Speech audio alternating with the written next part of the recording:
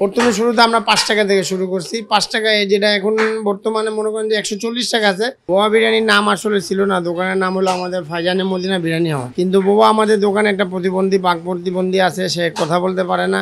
এখন মনে করেন যে খাবারে ভালো লাগছে, মানুষ খাইছে, এখন দোকানের নাম সবাই বলতে পারে না, বলতে ওই যেখানে বোয়া মামা থাকে এরকম বোয়া আর কি, বোয়া মামার দোকানে এরকম বলতে বলতে মনে করেন যে বোয়া বিরিয়ানি হয়ে গেছে। পরে আমাদের মনে করেন যে বিভিন্ন ফেসবুকে, ইউটিউবে সব জায়গায় বোয়া বিরিয়ানি চলে আসছে, পরে আমরা বোয়া বিরিয়ানি দিছি। মূলত দোকানের নাম হলো ফাইজানে মদিনা বিরিয়ানি হাউস।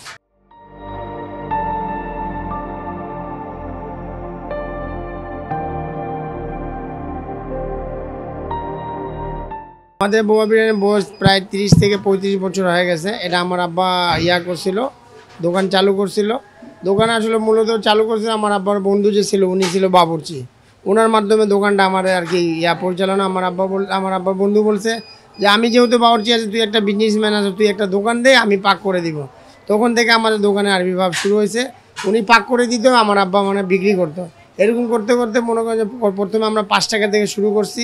যেভাবে দাম বাড়ছে, এখন বর্তমানে আমাদের মনে করেন যে হাফ আছে 70 টাকা, ফুল আছে 100 টাকা, স্পেশাল 140 টাকা, আর এটা ভিআইপি আছে রোস্ট, এটা হলো 220 টাকা।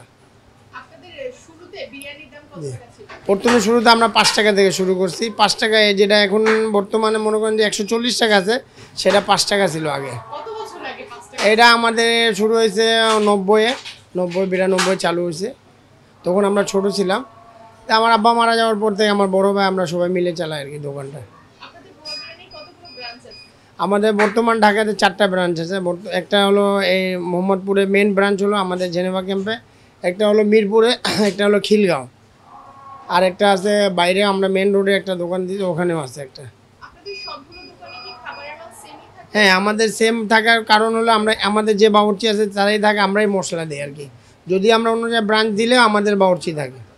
আসলে রান্না বলতে কি, তারা আমাদের দোকান থেকে প্রশিক্ষণ শিখছে। যারাই বাবুর্চি আছে সবাই এখান থেকে শিখছে। এক একটা বাবুর্চি মনে করেন যে 20 বছর 25 বছর থাকার পর আমরা অন্য ব্রাঞ্চে দিছি। আসলে আমাদের মনে করেন যে সবাই ইন্ডিয়া থেকে আসা আমাদের লোক আছে, যেহেতু এই বিহারি ক্যাম্পে আছে, সবাই মনে করেন যে ইন্ডিয়া থেকে আসে। আমাদের এখান থেকে মনে করেন যে মশলা যা যা আইটেম আছে সবই ওনারা বুঝতো। তাই আমাদের মশলা আইটেম হলো যে আমার বাবার বন্ধু ছিল, উনি নিজে বাবুর্চি ছিল, যেহেতু কী মশলা লাগে প্রায় অনেকগুলো মশলা মিক্স করে একটা ফাঁকি মশলা বানাইতো। ওই ফাঁকি মশলাতেই আমাদের মনে করেন যে এটা আমাদের সিক্রেট আছে, এটা আমরা কাউকে দেই না, যেহেতু ওরা বড় ভাই আছে, এর আগে আমার আব্বা ছিল, ওনারা বানাইতো। ওর মাধ্যমে মনে করেন যে আমাদের খাবারের টেস্টটা হয়। আর তারপরে দ্বিতীয় নম্বর টেস্ট হওয়ার কারণ হলো যে আমরা লাকড়িতে পাক করি। আমরা আজকে 40 বছর থেকে লাকড়িতে পাক করি। অন্যান্য জায়গায় আপনি দেখবেন গ্যাসে পাক হয়, গ্যাসে পাক আর লাকড়ির পাতে অনেক পার্থক্য আছে। তারপরে মনে করেন আমরা যে দামে খাবার দিই, এটা অন্য ক্যাম্পের বাইরে এর চেয়ে ডাবল দাম দিয়ে আপনি এই টেস্টটা পাবেন না। এই কারণে আমাদের লোক আর কি খাবার খাইতে আসে।